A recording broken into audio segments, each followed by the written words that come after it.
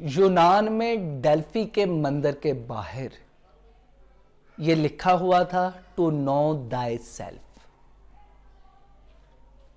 यूनानी लोगों का ख्याल था टू नो दाई सेल्फ का मतलब यह है कि अपनी तकदीर को जाने। यही वजह है कि उस वक्त के जितने भी हमें ड्रामे मिलते हैं, जितनी भी स्टोरीज मिलती हैं, वो तकदीर के इर्द गिर्द घूमती हैं। सोफोक्लीस का नावल एडिपस भी इसी से मुतल्लिका है।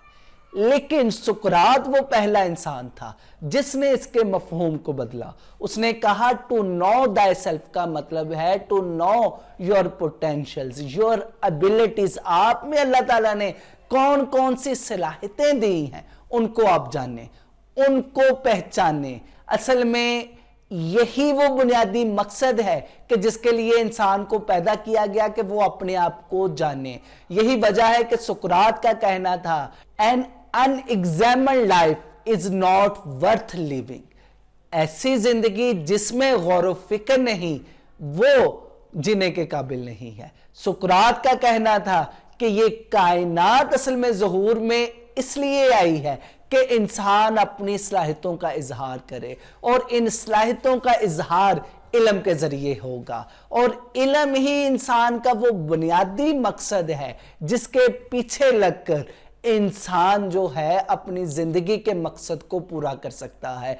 यही वजह है कि सोक्रेटिस का ये कहना था, नॉलेज इज द विर्चू।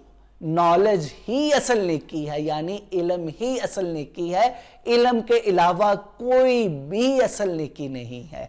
अगर हम अपने आप को जानना चाहते हैं, अपने आप को पहचानना चाहते हैं, जरूरी है कि हम अपनी सलाहियतों को जानें, और उन सलाहियतों का इजहार सिर्फ और सिर्फ इल्म के जरिए हो सकता है। यही वजह है कि अरबों का एक मशहूर मकूला है, कद अरफा नफ्साहु फकद अरफा रब्बाहु। जिसने अपने आप को पहचान लिया, उसने अपने रब को पहचान लिया।